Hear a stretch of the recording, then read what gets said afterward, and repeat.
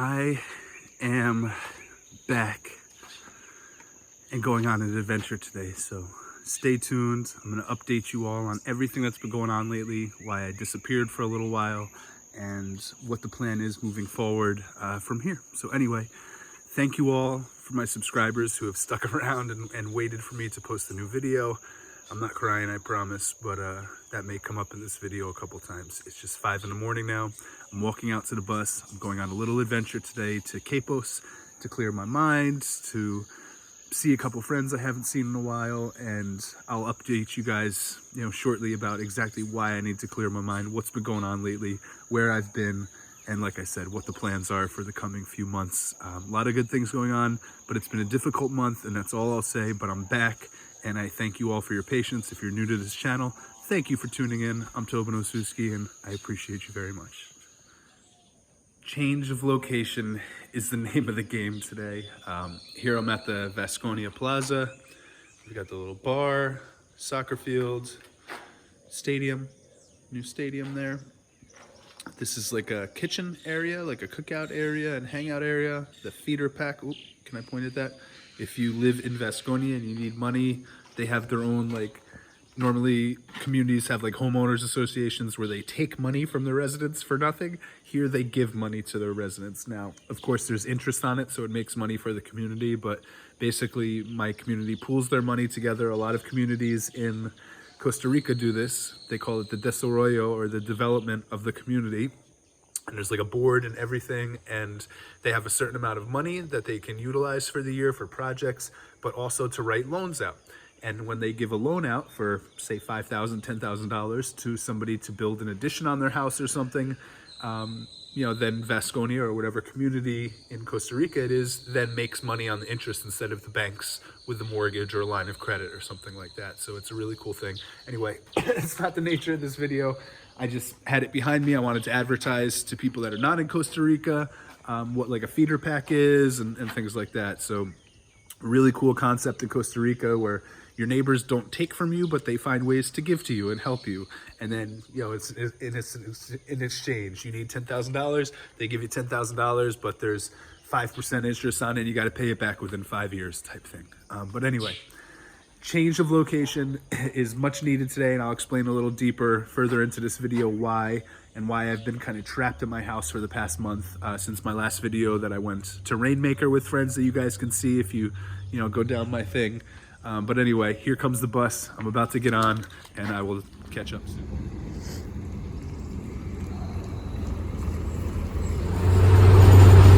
On the bus from Vasconia to Parita, and then Parita to Capos.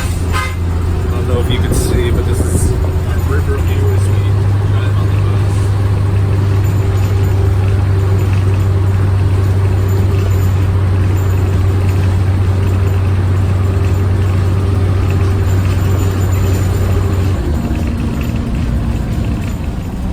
Not bad, huh? Not a bad view. Waiting for the Capos bus in Parita. Always coffee.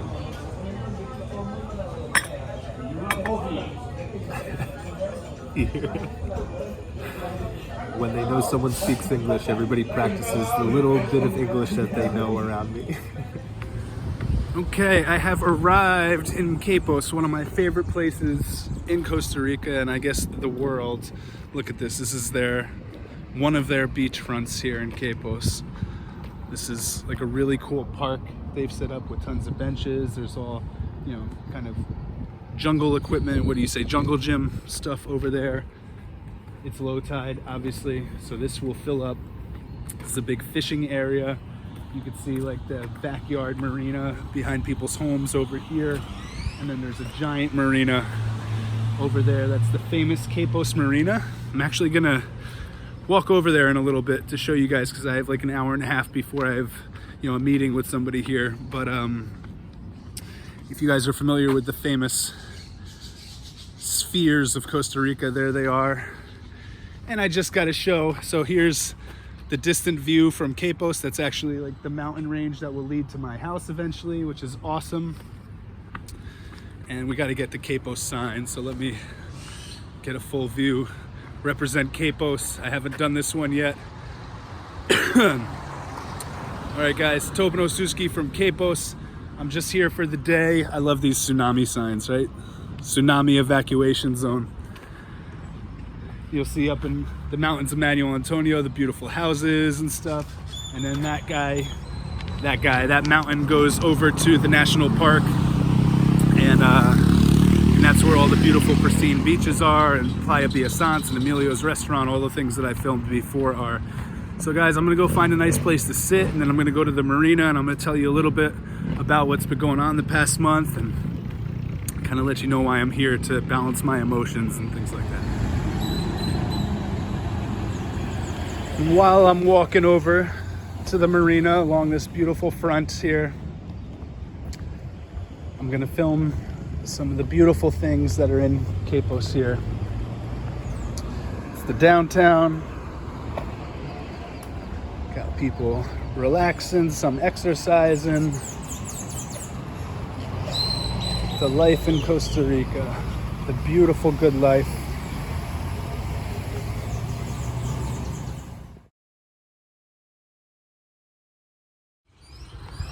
Super cool. I was hoping for this when I was coming down today, but I thought I had mistaken my days. Today is Saturday. I thought their farmers market was usually on Fridays, but I guess it's on Saturdays now. So I got super effing lucky, and the Capos farmers market is just getting set up and opened. So I'm gonna walk over to the marina, show you guys the marina a little bit, and then come back to the farmers market, and we'll highlight the farmers market. And that's an awesome, little benefit to this video that I didn't expect, because it's going to show you all over the world how delicious the farmers markets in Costa Rica are, and how abundant and how inexpensive, to be honest. I mean, here in Quepos, maybe a little more expensive than in Parita, but again, it's a farmers market, so there's 50 people competing against each other for prices. I'm sure they're making good deals. Anyway, just getting myself through this park here.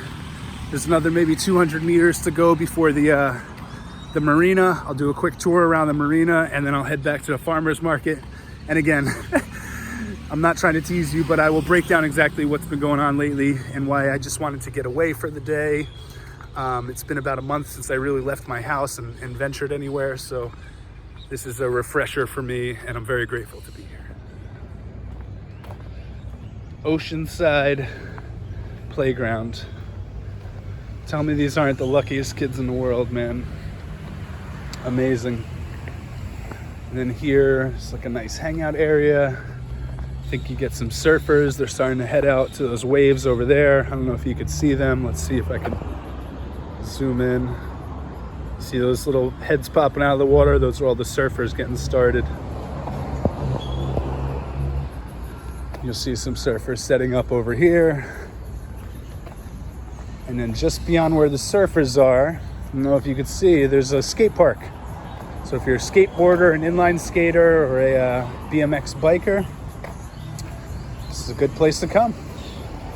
And it's a giant park here. Beautiful space right before the marina.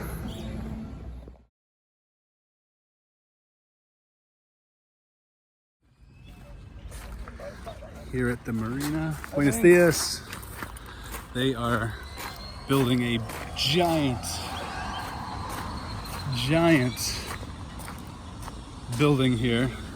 And I guess they built a new branch of the hospital right next to the marina too.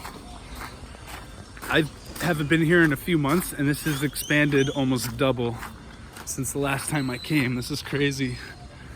So yeah, they've got this big, I'm guessing that's like an apartment or a condo building, and they got a hospital next to it. They got a music center growing here. This is a big tourist area. So we got the Marina Pez Vela, and then here's the entrance. I'm gonna record myself walking in, not on the driveway, but on the walkway. And I am very soon gonna change out of this long sleeve t-shirt. So let me explain that. When I wake up in the morning here and I leave for the bus at like 5:30 out of Vasconia, it is 55, 60 degrees Fahrenheit. And if anybody knows me, that's too cold for me. So one of the few remaining long sleeve t-shirts or shirts that I have in Costa Rica. I usually wear when I take the bus in the mornings, but I'm getting way too hot already and it's only 7 o'clock. So it heats up quick here.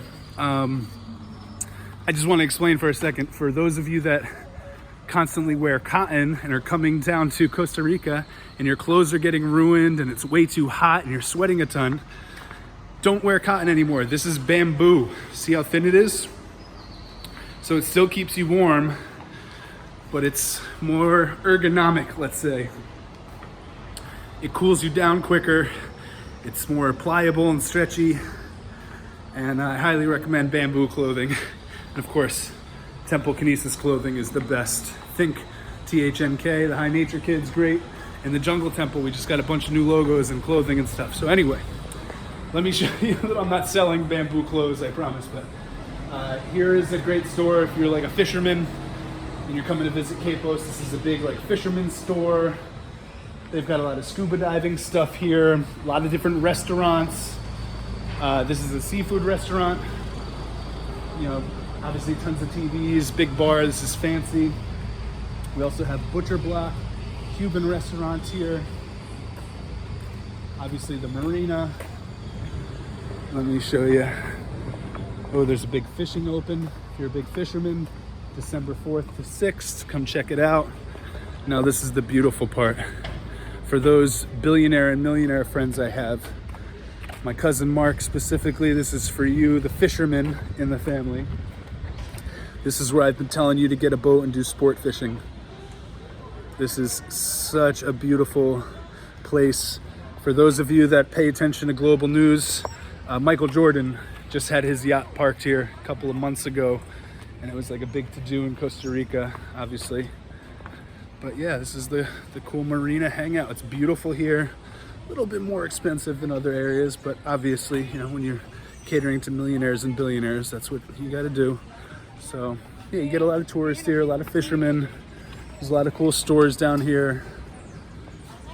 By the marina, you can see all the boats being worked on and built and parked over here. Really gorgeous place to hang out. So buenos dias. And yeah, I mean, I'm not a boat person, but it's very common here. If you have affluent friends, they'll invite you to come on their yacht for like a weekend or a party or an after party or something. So I'm just gonna go try and film some of these nice boats here, show you guys. But yeah, that's the marina. You can see the other side of that construction. So this is the Marina Pez Vela, or Marina de Quepos. And it's beautiful, beautiful, beautiful. Come check it out sometime, guys.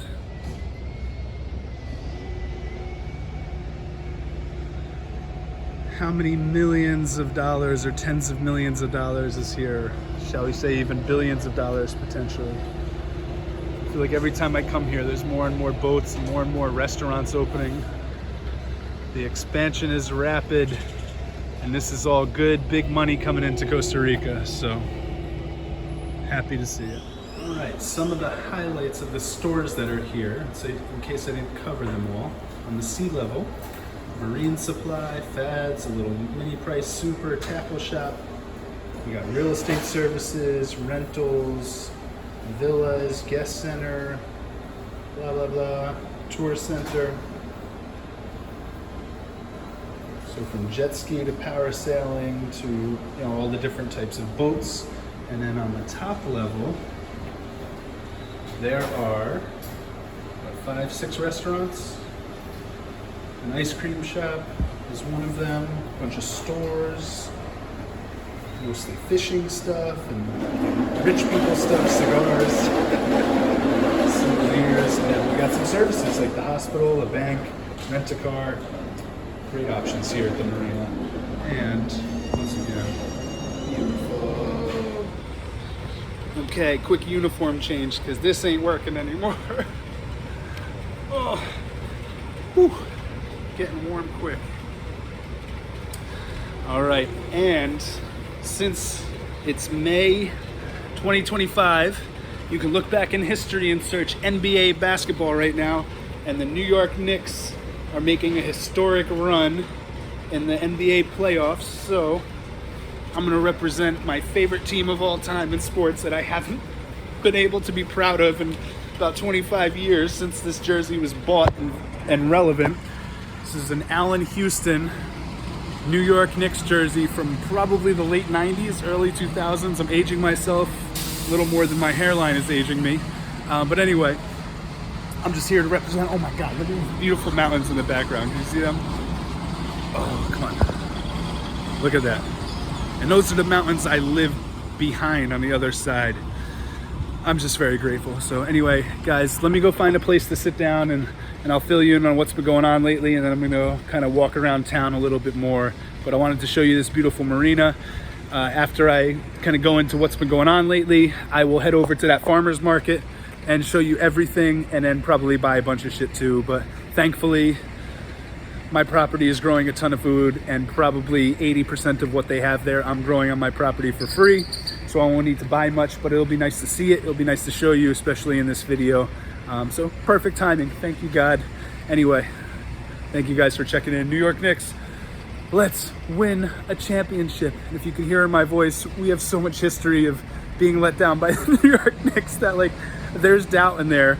But please let that doubt be replaced by a championship that we can have forever. So let's go, Jalen Brunson, Mikal Bridges. I'm not gonna know the whole team. Josh Hart, Kat, everybody that's on the Knicks right now. If you happen to see this video, thank you for what you're doing. You're making us all proud after being disappointed for the past 25 years. So let's go, New York. All right, guys, I'm here at the Capos skate park. Now I'm gonna share this specific part of my video with a guy that I've been following on YouTube, and we've been connected on Instagram for a while, Skate Nomad, who travels all over the planet finding skate parks like this one to come experience different skate cultures and communities in different countries. Skate Nomad, I'm petitioning you with this video. Come to Quepos, Costa Rica, skate this park, get all the local skaters with you, and highlight our country, Costa Rica. Please, Skate Nomad. I haven't seen you in Costa Rica yet.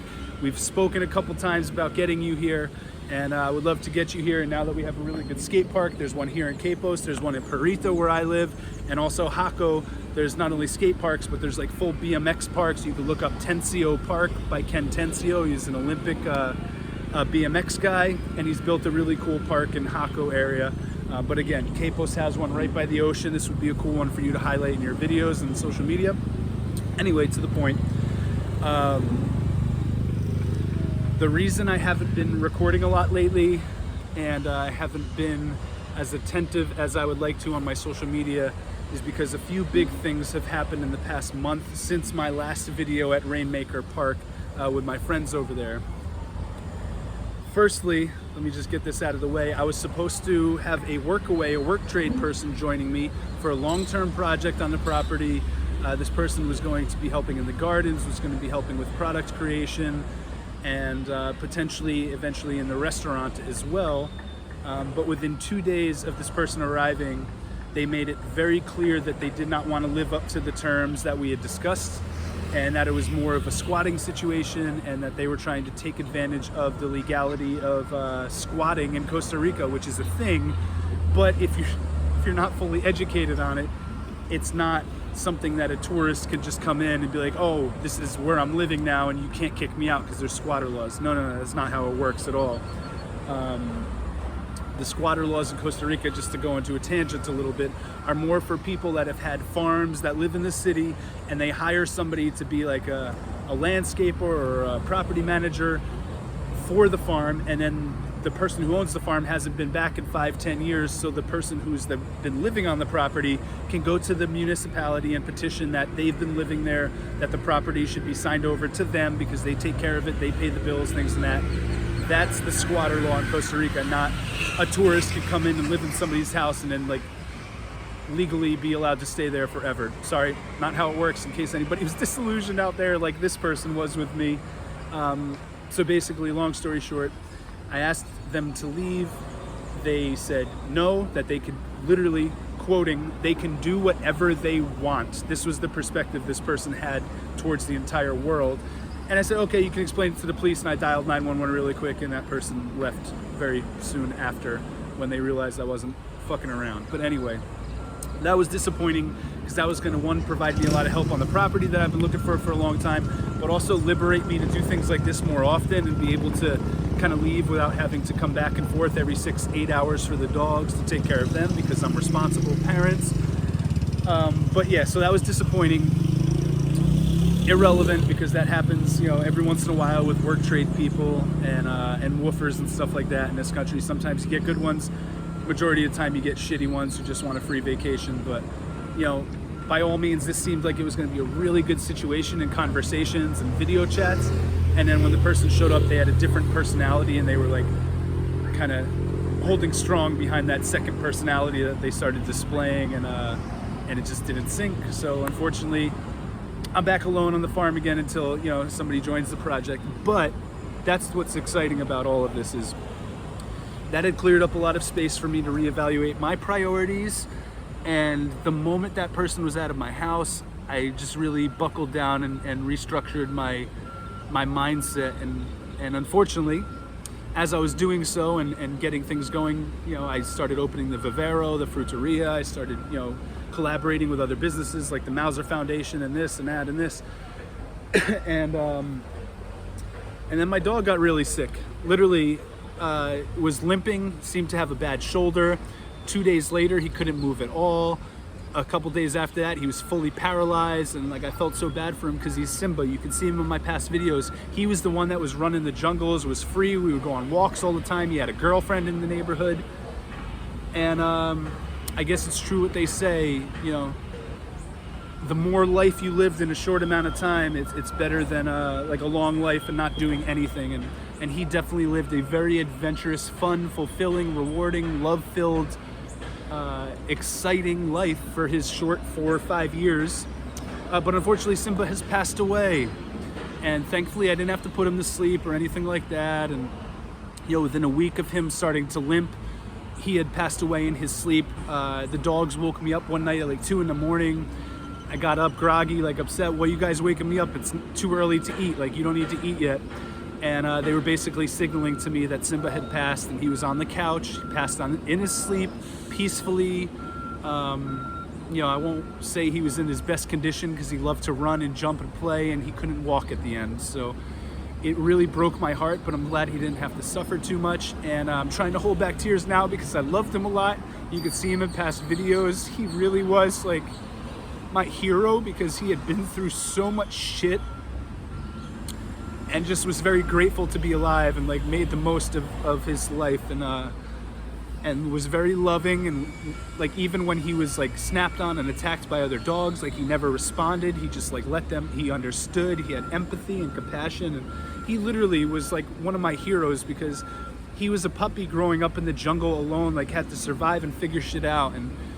And I rescued him with my friend Natalia like a year or so after moving here, and I kind of felt like I was in the same perspective as him, like lost in the jungle, no family, no help. I just had to survive on my own, and I related a lot to Simba, and he was, you know, really a good friend, and brought a lot of love to the world. Like my neighbors' kids loved him, his girlfriend, the whole neighborhood loved Simba. Every visitor to our house loved Simba. He was the sweetest. And unfortunately, he passed, and he's watching over us from the angel realm now. And that's kind of why I'm here today, because I haven't left the house. I wanted to spend a lot of time with my other dogs because they were mourning him too. Simba was like the center of our dog clan and did a lot for all of them. And they were all noticeably sad when he passed. So I wanted to make sure I wasn't leaving the house too often, and that I was, you know, being attentive to them. Whenever they wanted affection, I'm giving them affection. I'm being much more conscientious with, you know, the time that I have with my dogs, not being distracted. And that said, brings me to my next point, the reason I've been so busy the past month. I have a remote career now, a remote job.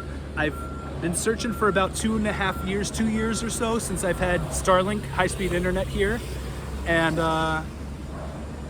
nothing ever really felt like it was the right fit for me. I had been, you know, received a lot of opportunities.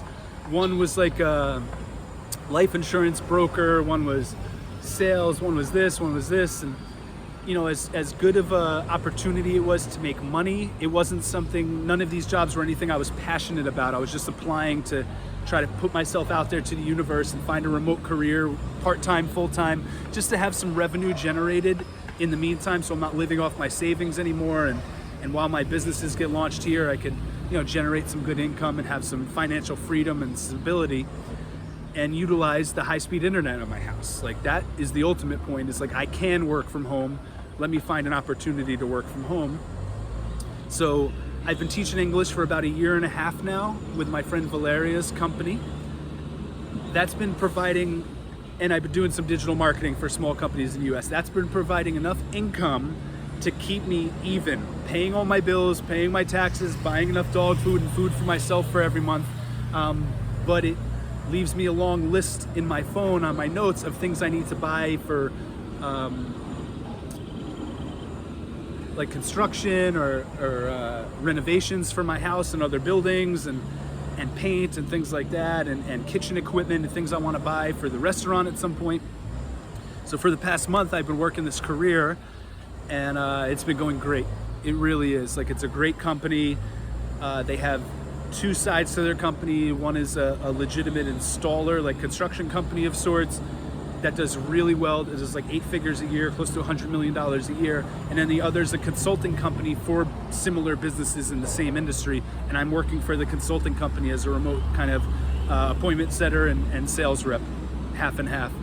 And it's really great, provides me salary, provides me commissions, and provides me an opportunity to make really good money, but also have freedom of schedule. So for example, some days I might work 3 hours, some days I might work 7 hours, some days I might take off because I have to go to the clinic or meet with friends or do this or do that. So I'm very grateful for this career, and that's also what's kept me really busy, is because there's been a learning curve. I've had to study all their, you know, product information and tactics and techniques and strategies and scripts and things like that. And then at the same time, really figure out my schedule.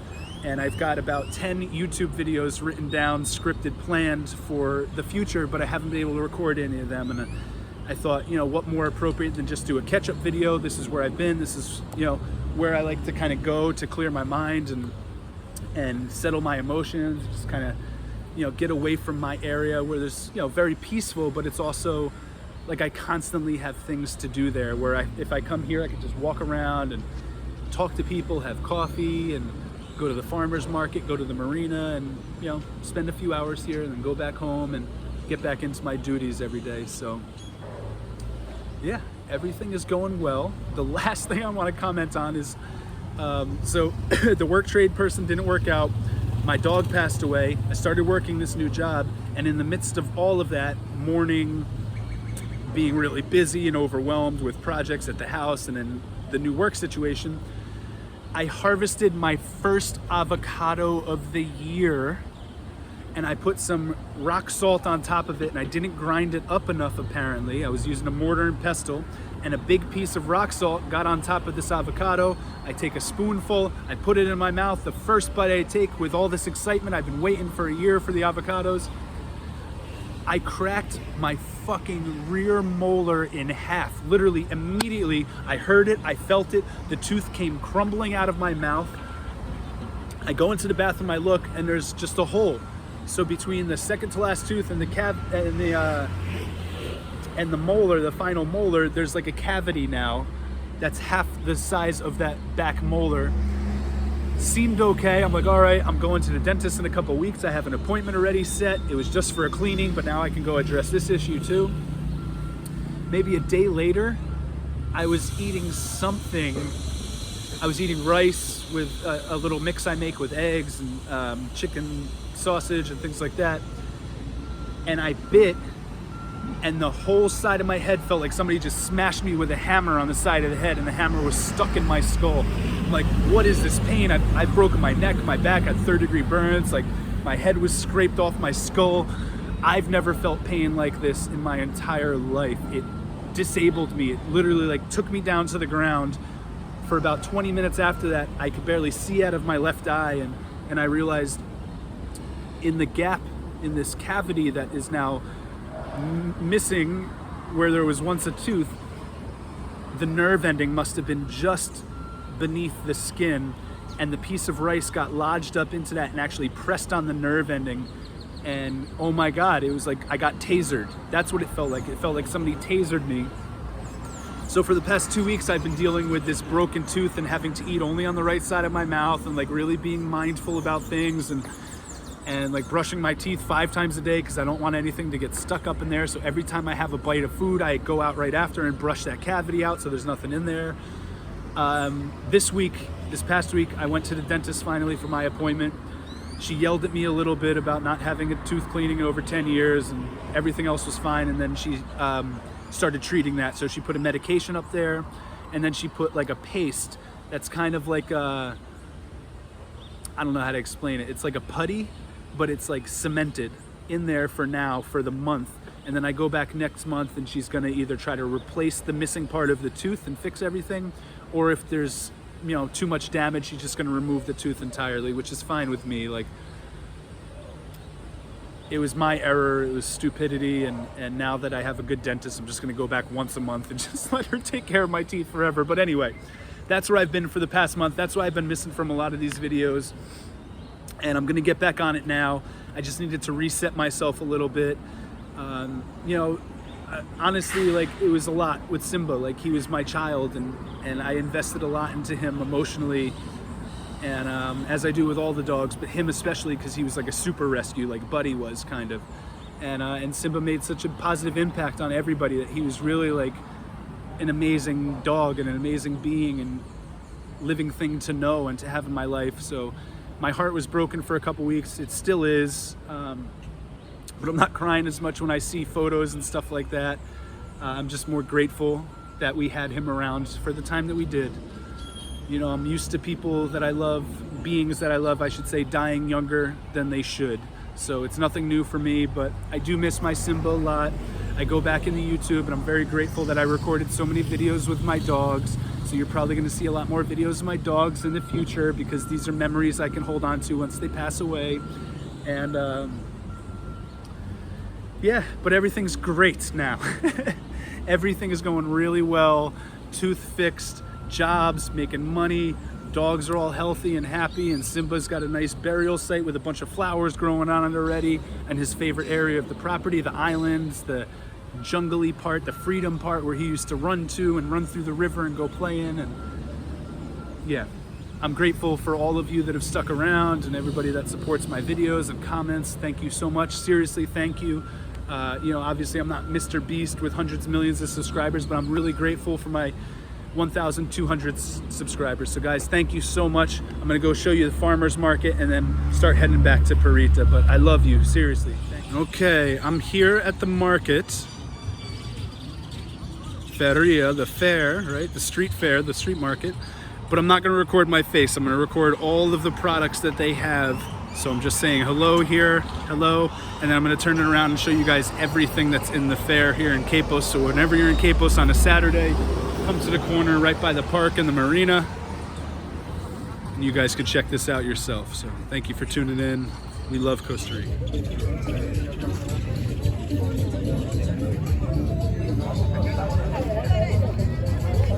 Buenos días. Buenos días, ¿cómo estás? Si fuera así, un 21 si se queda, pero 20 no. Es demasiado, claro. ¿Qué está la plata? 41, 42. 42, 41 o 42, eso es 40. Greens, lettuces, radish, vegetables,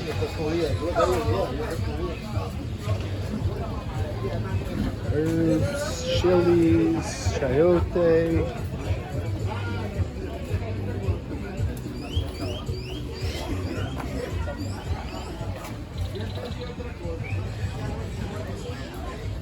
yuca, papa,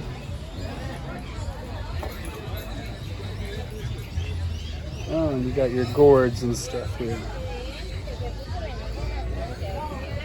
So lots of viveros. This is literally what I want to do at the Jungle Temple, but everything myself. And maybe bring in other businesses. So look, they do beautiful flowers, bouquets, chicken, pre-cooked foods, cheese, lots of cheeses, really beautiful art. Buenos dias. Muy bonitos. The smell here is unbelievably good. Like super fresh farmer's market. They prepare the lettuce. Lots of the greens. We got some of the packaged fruits. We got mora, right? Berries, tamarindo, beans, avocado, tequisque, sweet potato, yuca, limon, plátano,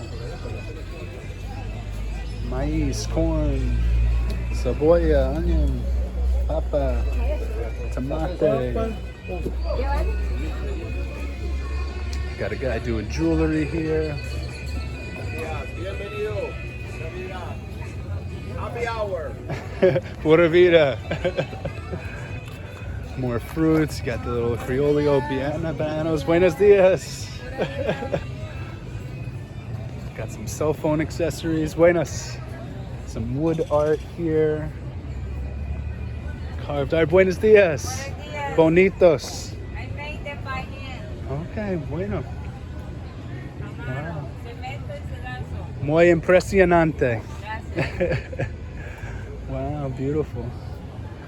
Yeah, just like small fruit stands. Guy with some limes, some bananas, just setting up a farm stand from home. That's the way to do it. Make some money on a Saturday. Oh, we got some exotic stuff over here. Some good mangoes, pineapples, papaya, watermelon. Am I making you guys hungry yet? Kiwi, apple, strawberry. Got some mushrooms, grapes. Provecho. Apples. Here we've got some more Costa Rican fruits. So a lot of native Costa Rican fruits, more sandia or watermelon. We've got a guanabana here. My favorite, you guys have seen these in my videos a lot. Platanos, plantains, giant papaya. These are the biggest papayas I've ever seen. Look at these things. Really good looking. Really good looking. She's doing juices over here. Coconut juices, fruit juices. Buenas. And lots of varieties here. Got guanabana, apples, platanos, aguacate, mango, cantaloupe, papaya, watermelon, piña. Awesome. Oh, and this guy's got flowers too. Really nice. All right, more mangoes. Yeah, more of the natives. These are the good avocados. 2,500 a kilo. We got some clothing. Got some snacks here. More veggies. Lots of veggies. Lots of fresh veggies. Look at all the colors. How beautiful.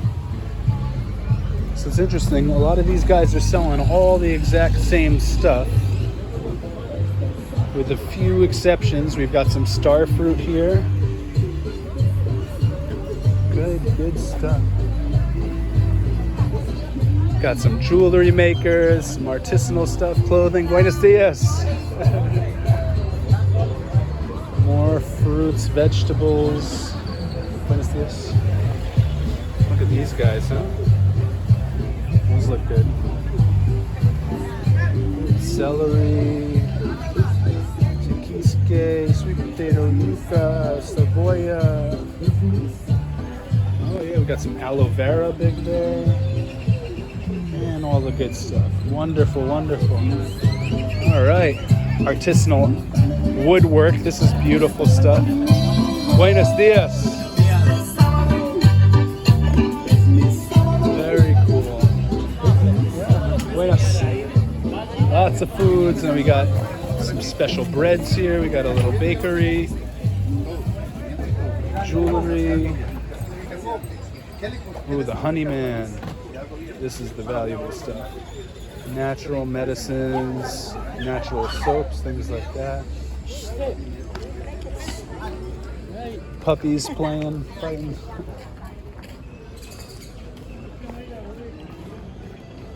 We got some cool wooden coffee mugs and stuff. Beautiful woodwork, jewelry. Yeah, and these guys are doing woodwork and shoe repairs and all types of stuff here. Oh yeah, this is shoes. I don't know if this is selling recycled shoes. Oh no, secondhand clothes maybe. All right, yeah. So that's what we got here. This is the market. Thank you guys for tuning in. Whenever you're in Quepos, come down to the market and visit all these beautiful people with their beautiful products. Pura vida.